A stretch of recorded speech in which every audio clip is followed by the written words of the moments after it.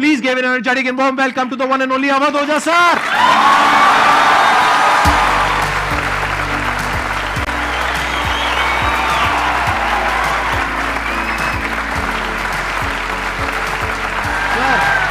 Hello sir, क्या हाल चाल? बैठिए जी, बैठिए। आइए। Thank you.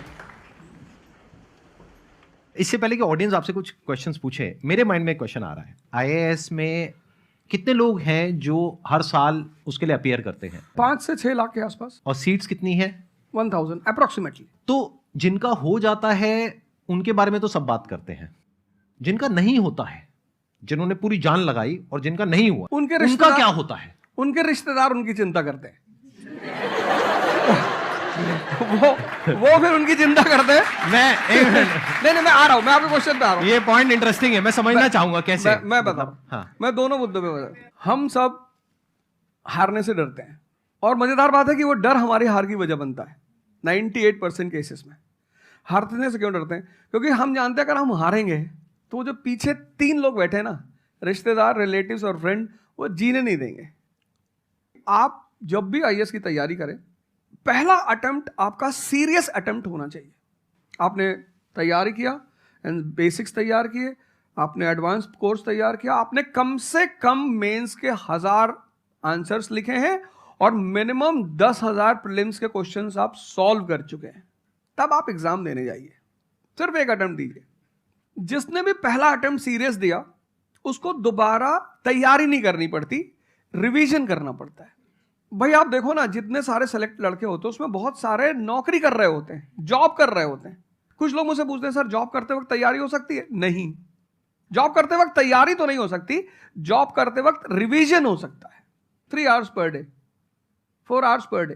तो मेरी एडवाइस ये है, क्योंकि ये एक बहुत रिस्की खेल है ये। मैं खुद ही बाहर हुआ और फिर मैं कितने लोगों को देखता हूं जो 5-5, 6-6 अटेम्प्ट के बाद बाहर होते हैं। तो जिनको भी इस गेम में शामिल होना है, एक अटेम्प्ट सीरियसली आपका होता है, बहुत अच्छा है। आपको मैक्सिमम रिस्क लेना है तो आप 2 ले लो, उसके बाद आप अपना काम शुरू करो, जो आपका सेकंड लाइन थॉट था। कोई लॉयर बनना चाहता है, कोई मेडिकल लाइन में जाना चाहता है, कोई मतलब जो भी आप एंटरप्रेन्योर बनना चाहते हैं, आप करो, लेकिन अपने वो रिवीजन वाले 4 आवर बचा के रखो। आपने कितने अटेम्प्ट्स दिए थे सर? 4 अटेम्प्ट्स आपने दिए थे। और आपने कहीं से कोचिंग ली थी, यानी लाखों रुपए दिए थे कोचिंग में? नहीं, तब लाखों नहीं थे, तब हजारों थे। अच्छा, हजारों रुपए आपने खर्च करे थे और आप एक मिडिल क्लास बैकग्राउंड से थे। तो टोटल 4 साल में आपका कितना पैसा लग गया होगा? रहना, खाना, पीना, और आपने तो पूरी तैयारी करी होगी, साथ में कुछ और नहीं किया होगा? I think so. कुछ नहीं किया, बिल्कुल। तो कितना आपका 4 साल में अच्छा खासा पैसा 5-6 लाख रुपए लगे। 5-6 लाख रुपए उस समय लगे। आज के समय पे अगर किसी को कोचिंग लेनी है तो आई थिंक इससे 3-4 गुना, 5 गुना आराम से लगेगा। तो 15-20 लाख रुपए उस इंसान का लग गया, और वो है एक मिडिल क्लास बैकग्राउंड से। अब वो कहीं ऐसा तो नहीं कि वो ना यहाँ करा ना वहां करा 4-5 साल बाद? हाँ, वही मैंने कहा कि अब आप, जब हमारे समय तो ठीक था, अब आप रिस्क पूरा नहीं ले सकते। You have to be cautious. अब इनको कॉशियस होना पड़ेगा कि ठीक है, जैसे बड़े सारे लड़के क्या करते हैं, वो 1-2 अटेम्प्ट ऐसे ही देते हैं। अब तो इनके पास 6 अटेम्प्ट है। ओबीसी हैं तो और ज़्यादा है, SC ST हैं तो और ज़्यादा है। और मैं कहूँगा आप किसी भी कैटेगरी से आते हैं, आप 2 अटेम्प्ट से ज़्यादा कभी मत मानिए। ये पॉइंट बहुत अच्छा है कि आइडियली आपको अपने माइंड में ये रखना है कि एक ही अटेम्प्ट है मेरे पास में, मैक्सिमम अगर आपकी फैमिली अफोर्ड कर सकती है तो 2 अटेम्प्ट है। उसके बाद में अपने काम पे ध्यान देना है और इसको एज अ रिवीजन की तरह देखना है, मतलब इसको साथ साथ में चलाना है। ये नहीं कि अपने 5 साल या 6 साल लाइफ के सारे यहीं निकाल दिए और सारा पैसा घर वालों का लगा दिया, या उन्होंने खेत बेच दिया या लोन ले लिया। ऐसी बहुत कहानियां मैंने सुनी है सर लोगों की, और बहुत ही दर्द होता है ऐसी कहानियां देख करके। ऐसे लोगों की जो कहानियां हैं वो उसको सुन करके बहुत ही बुरा लगता है अंदर से। चलिए आगे बढ़ते हैं जी। Sir, I wanted to ask how to fight the basically fear that we feel. Like there are lot many fears that we face, not only in studies but in each aspect of life. There is some kind of fear. How to fight that? How to come back? How to have that courage in life? Fear बड़ी प्यारी चीज है। हमने कुछ words को बड़ा negative बना लिया है। जैसे अब बच्चा है 2 साल का, उसको तो फियर होता नहीं, उसे कुछ पता नहीं, उसने कोबरा देखा, जाके पकड़ लिया। वो तो बाद में घर वालों ने देखा तो पता चला कि भैया कोबरा पकड़ के घूम रहा है। लेकिन हम बड़े हो गए ना, अब हम कोबरा देखेंगे तो वो हमारी बॉडी की जो मैकेनिज्म है वो हमें वार्न करेगी, अलर्ट करेगी। That is natural fear. वो अच्छी चीज है। जिस चीज की आप बात कर रहे हो वो फियर नहीं है, वो ओवर थिंकिंग है। आज का जो युवा है वो फियर से परेशान नहीं है, वो ओवर थिंकिंग से परेशान है। अब ये ओवर थिंकिंग क्यों है, उस फैक्टर पे आते हैं। ओवर थिंकिंग की वजह क्या है? ओवर थिंकिंग की वजह यह है कि आज का समाज इतना एक्सपैंड कर चुका है। You are outside your house, तुमको तुम्हारी दोस्त मिल गई कि मैं कल लंदन से आई, क्या लाइफ है लंदन में यार, और मैं तो ये कर रही वो कर रही। आपको लगा हम ही पागल हैं यार, आईएएस की तैयारी कर रहे। फिर शाम को किसी फ्रेंड का फोन आ गया कि मैं तो अब ऑस्ट्रेलिया जा रही हूँ, मैं तो वहीं सेटल हो जाऊंगी। 90s में हमारे पास इतने स्कोप नहीं थे। हमारी जो लाइफ थी वहां ओवर थिंकिंग इसलिए नहीं थी, आपने भी सर देखा होगा, क्योंकि हमारे पास इतने स्कोप नहीं थे। आज तुम्हारी जनरेशन में यू हैव मल्टीपल फील्ड्स, मतलब इतने सारे फील्ड्स ओपन है। तो जब तुम घूम के चारों तरफ देखते हो और तुम देखते हो कि तुम्हारे ही साथ के लोग बड़ी सारी फील्ड में एक्सेल कर रहे हैं, काम कर रहे हैं, अर्न कर रहे हैं, तो तुम्हारा दिमाग भागना शुरू करता है।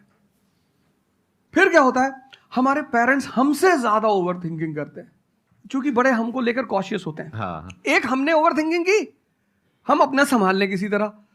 हम घर के अंदर गए, मम्मी रो रही है कि वो निशा मिली थी,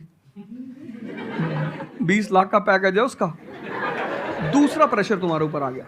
ये जो प्रेशर हम मल्टीपल फेस करते हैं, तो एक तुम्हारा प्रेशर, एक माँ बाप का प्रेशर। पता लगा बुआ जी ने रात में फोन कर दिया, क्या कर रही हो जी? तुम सारे लोग प्रेशर से लड़ रहे हो इस वक्त, मल्टीपल फ्रंट पे। ये कोई फियर वियर नहीं है। ये प्रेशर दूर कैसे होगा, इस पे थोड़ी सी बात कर ले। जहां इंटरनल ताकत है वहां कॉन्फिडेंस है। आज का युवा क्या कर रहा है, बादाम का तेल लगा रहा है, बादाम की क्रीम लगा रहा है, बादाम का साबुन लगा रहा है, खा रहा गुटखा।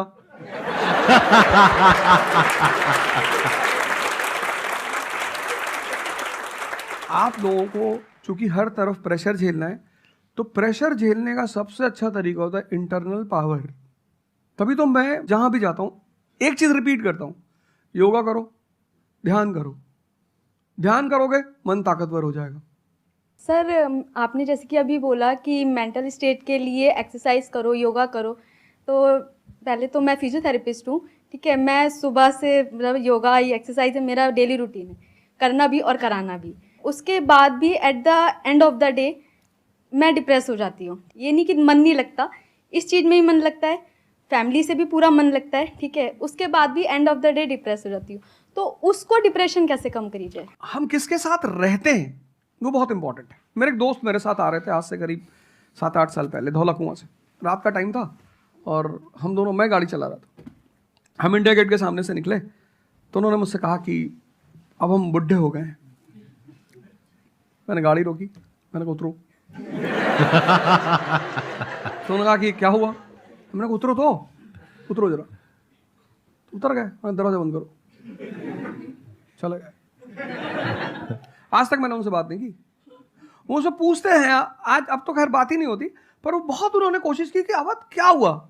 तुम दिन भर अपने आप को मोटिवेट करती हो, काम करती हो, जब तुम वापस घर में आती हो, अपने समाज में जाती हो, तो सब तुम्हारे मेंटल स्टेटस का थोड़ी है, और तुम्हारी सारी ऊर्जा को खींच लेते हैं। इसीलिए तो माँ बाप हमारी संगत पे बड़ा ध्यान देते हैं। तुम्हें लगता होगा कि माँ बाप कितने बदमाश हैं, माँ बाप भगवान हैं। उनका एक्सपीरियंस तुम अपने दोस्तों को लेके जाया करो उनके सामने। कोई अल्ट्रासाउंड क्या करेगा जितना माँ बाप करते हैं, कोई स्कैनर क्या करेगा? सही बात है, देख के कोई 2 फोटो मिनट में कैमरा पता क्या चल फोटो खींचेगी, देख के बता देते हैं। बहुत बहुत दुष्ट है ये, इसकी आंख के नीचे देखो यहाँ निशान है, बहुत दुष्ट है ये। और वो लॉजिक भी बड़ी अच्छी सी देते हैं, कोई कुछ भी देते हैं लेकिन बड़ा अच्छा सा लॉजिक देते हैं। तो ये हमारे साथ होता है। इसलिए हमें पहले गुरुकुल भेजा जाता था, और आज की हमारी सोसाइटी इसको सिर्फ नेगेटिव दिखाई पड़ रहा है।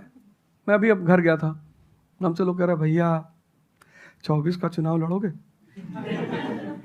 मैंने कहा यार पॉलिटिकल पार्टियां कह रही कि तुम सीधे प्रधानमंत्री बन जाओ।